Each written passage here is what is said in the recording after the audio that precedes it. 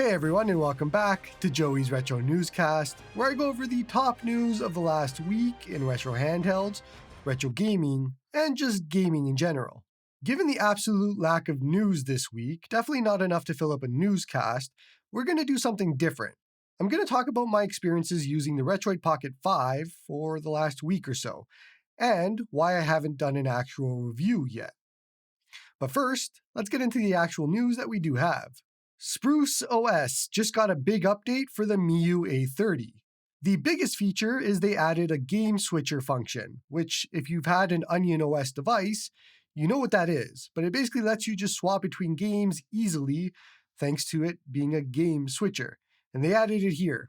There is obviously a whole bunch more. There's a long list of features, so I would suggest checking it out, but this just makes the MIUI A30 even better, which is great to see. Sony made a patent around basically save states, and they're saying that the user is able to enter a rewind mode and view recent gameplay, and then you can fast forward or continue on, and all of that sort of thing. This is not guaranteed to become real, but they are trying something here with save state type functionality. I don't see how this can go nicely for anybody if they're trying to patent it, but we'll see what happens. Did you see that the Switch 2 will be backwards compatible? Well, if you didn't, it will be, according to Nintendo. However, what they didn't confirm is if physical cartridges will be backwards compatible. It seems like, at the very least, that online or software will be compatible, but they didn't specifically say that it will be for physical as well, which would be very much a Nintendo thing to do, although hopefully they learned their lesson this time. We'll see. Should be interesting. If my videos have been helping you, consider supporting me on Patreon, or just give this video a like and a sub. You can also come join me on the Discord where we talk all about retro handhelds. Okay, so now we're going to talk about the Retroid Pocket 5 for the rest of the video. So if you're not interested in that, feel free, you can jump off. But for everybody else, let's talk about it. I have some notes here, so if you see me looking down, that's the reason. Just makes it easier for me to just see where I'm at and where I'm going. And I'm sorry to my audio-only listeners, because I'm going to sprinkle in a little bit of footage as I talk of my experiences using the Retroid Pocket 5, so you won't get that benefit. But I do appreciate you listening through all of your podcast apps, because we've been growing quite a bit every month, and that's great. Okay, so first, the elephant in the room is, where is my review? Because by now, I usually would have had a review done, and I have written a lot of it, but a lot of it isn't really applicable anymore, or will be at least. The current software implementation for the Retroid Pocket 5 is just not ready for retail units. Full stop. That's the best way that I could put it right now. There is a lot of battery issues, there is a lot of crashing issues, there is a lot of issues overall, and the good thing is that every bug that I've submitted to Retroid, they've been either aware of or have told me that it's already been fixed. So that's the good part about this. Now, I'm told that this update should be arriving before retail units ship. And the reason that I haven't done my review is because that update will change a lot of my review, from battery performance to a whole bunch of other things. So that is the reason I haven't done my review, because if I did it right now, it would be out of date for retail units, and it wouldn't really make sense because there's a lot of things that are currently broken. For instance, I spent an entire day doing battery tests, only to find out that because the battery isn't completely done or ready due to software implementation, that all of that is just going to be thrown out the window. So I don't want to waste more time doing a review if it's just going to be wasted in a week, because that's just wasting my time, it's wasting your time, there's just no point. However, if for some reason the update isn't ready for shipping or launch, then yeah, I will have a review based on of what I have today and what current software looks like. Now, if you're curious about the bugs, there's a bunch of them, but major ones being that the device will just shut down. So if you put it into sleep mode, 9 out of 10 times, it will just shut down instead of being in actual sleep mode. But if you are in sleep mode, it isn't a proper sleep mode. The battery still drains quite a bit. So I'll come back to the device and it'll be 30% down or something like that after a few hours. So it's not actually going into sleep. It's more of like a Linux sleep or whatever that's going to be. So that's one of the big bugs. The other big bug is I'm seeing a lot of crashes with different programs and things like that. There's been issues with docking. There's so many different bugs and things like that. But like I said before, everything I've sent to Retroid, they've been either aware of or have said they fixed it. So I'm kind of counting on this over-the-air update to fix a lot of this, because current state, I can see why they sent it for review or pre-release, because this isn't ready for retail units. I will say that I don't know why Retroid constantly puts themselves in this position with rushing releases. I can't recall the last release from them that wasn't rushed. Even this one. Like, for example, we haven't gotten pictures of the GameCube or white colors yet. Just a small example. AYN, tomorrow, or when this video releases, is supposed to show us the indigo color for their Odin 2 Portal, 2 months ahead of release. And we are a week away from Retroid shipping their Retroid Pocket 5. Plus, on top of that, all of the software things that are being left to the last minute. I don't get it. It doesn't make sense to me why they rush releases constantly and then they get bitten because of what they did. It's a weird scenario and something up to do with their process and how they make devices. It is super weird, put it that way. Okay, so all that being said, the device itself is absolutely fantastic. I cannot stop playing the Retroid Pocket 5. I love it. It is great.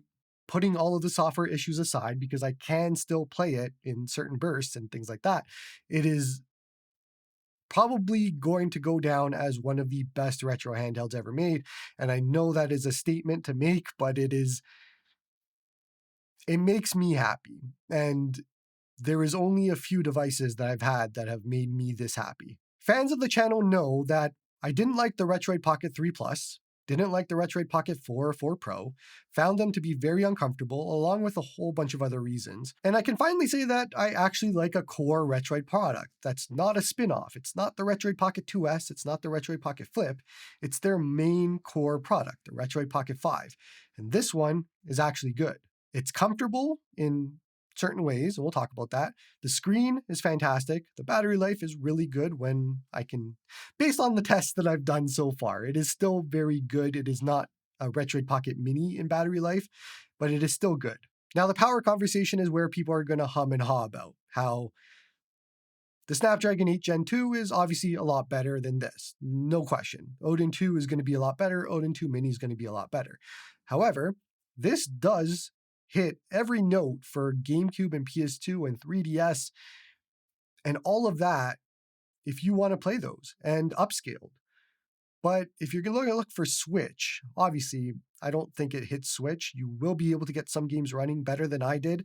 Obviously, if you're going to play around with firmware and drivers and all of that. But if you're looking for upscaled PS2, GameCube, PSP, 3DS, all of that, then yeah, you can't do better than this at $219. This is the best that you can get. Now, I do have some gripes, because of course I do, but the major gripe that I have is I really wish this wasn't D-pad top. And if they were going to do D-pad top like they did, the sticks needed to be offset a lot more. A lot of people point to the PlayStation controllers as to a reason why D-pad top works. However, if you go and pull up any PlayStation controller, the DualShock 4, the DualSense 5, look at where the D-pad and buttons are and look at where the sticks are. And then tell me how that is anywhere near the same as a Retroid Pocket 5 in design. It's not. So comfort-wise, it makes it very difficult when you are using that bottom stick and the right stick and then trying to use triggers and your thumbs are cramping all over the place and all that sort of thing. But for me, who's going to use this mostly for everything under GameCube and PS2, not even going to be using it for those, it's fine for me. I can use that D-pad top. I can occasionally use that stick. I have to move my hands around into different positions to get a bit more comfortable with it. But I really would have liked to see the Odin 2 Mini with an OLED screen, basically. That's what I was hoping for. And I know Retroid likes to do these D-pad top designs, but at a certain power like this is, I don't know if it makes any more sense. And even me, who only uses this for mostly Game Boy Advance, I'm still fine with D-pad on the bottom. That's how I've been using my Odin 2 Mini. So yeah, a lot of people won't agree with this. I don't know if they understand it, the difference between a PlayStation controller and a handheld that looks like this. But when you're holding it, you are changing positions constantly to just get that comfort going. Where on my Odin 2 Mini, I was pretty much just comfortable holding it normally. Now, I've talked about this a lot in many different videos. I don't use a lot of different handhelds. I have a core number of handhelds, and at this point, it is actually only like 3 of them. But you're likely curious, did this replace my Odin 2 Mini as my daily retro handheld? The answer is absolutely, and it is no contest for me. It's got a lot better battery life. The screen is a lot better. It is still just as comfortable ish in a lot of different ways. And the GameCube color, I'm hoping, will be a good one because I'm actually looking forward to that. It'll be a lot better. I wish AYN would have done more than just black and white for the Odin 2 Mini, but they didn't. So a lot of that comes down to design too. But even without that, I just don't need the extra power from the Odin 2 Mini or even the Odin 2 because of just the state of Android emulation. I don't do PS2 emulation on Android. I don't do GameCube emulation on Android. Retro achievements are available on Windows, so I do it there. And Switch, I have no interest in. Switch emulation is a meme. Just buy a Switch. It makes no sense to me. But so for me, the Retroid Pocket 5 is the absolute, almost close to perfect Joey device. It'll go down this year for me as the best retro handheld that you could purchase. The second only to the Asus ROG Ally X, if we're talking about handhelds in general. That's going to be my 1-2 combination. And I'm really hoping for the Trim UI brick to be very good because Asus ROG Ally X, the Retroid Pocket 5, and Trim UI brick would be a triple threat combo of just amazing awesomeness for retro handhelds, I think. Okay, so let's wrap up my thoughts here. For the Retroid Pocket 5, I can't review it yet. My review currently is a do not buy based on current software, which isn't going to be retail software, so that doesn't really help you. And it shouldn't worry you either. We'll see. If they fix the issues, which I'm fully expecting they will, then yeah, this is an easy 10 out of 10 purchase. So that is what I'm counting on. Retroid is usually very good at their word, and I'm expecting that over-the-air update is going to fix a lot of the issues that I'm seeing. And then I can easily recommend it and finish my review and get that all out to you. But as close to perfect as the Retroid Pocket 5 is for me, if I see a Retroid Pocket Flip 2 with these internals and specs and all of that, that's it. That's all I need. That is the quintessential Joey device.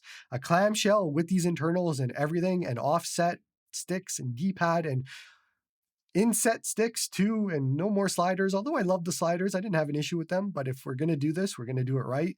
All of that. Do all of that in a clamshell, and that would probably be the only thing that would unseat the Retroid Pocket 5 for me right now, or an Odin 2 Mini with an OLED screen. We're getting very nitpicky at this point. We are in the range of you can buy these handhelds and then just give up on the rest of them. You can forget about a lot of other handhelds. That is the range that I'm in right now, and the range that I think a lot of people are going to be in when they buy these kind of handhelds. So it's just nitpicking at this point of little things that I would love to upgrade and get better at, but it's we are in a golden age at the moment. And that's going to be it for this one. So appreciate you all for watching, and that's all from me, Winnipeg.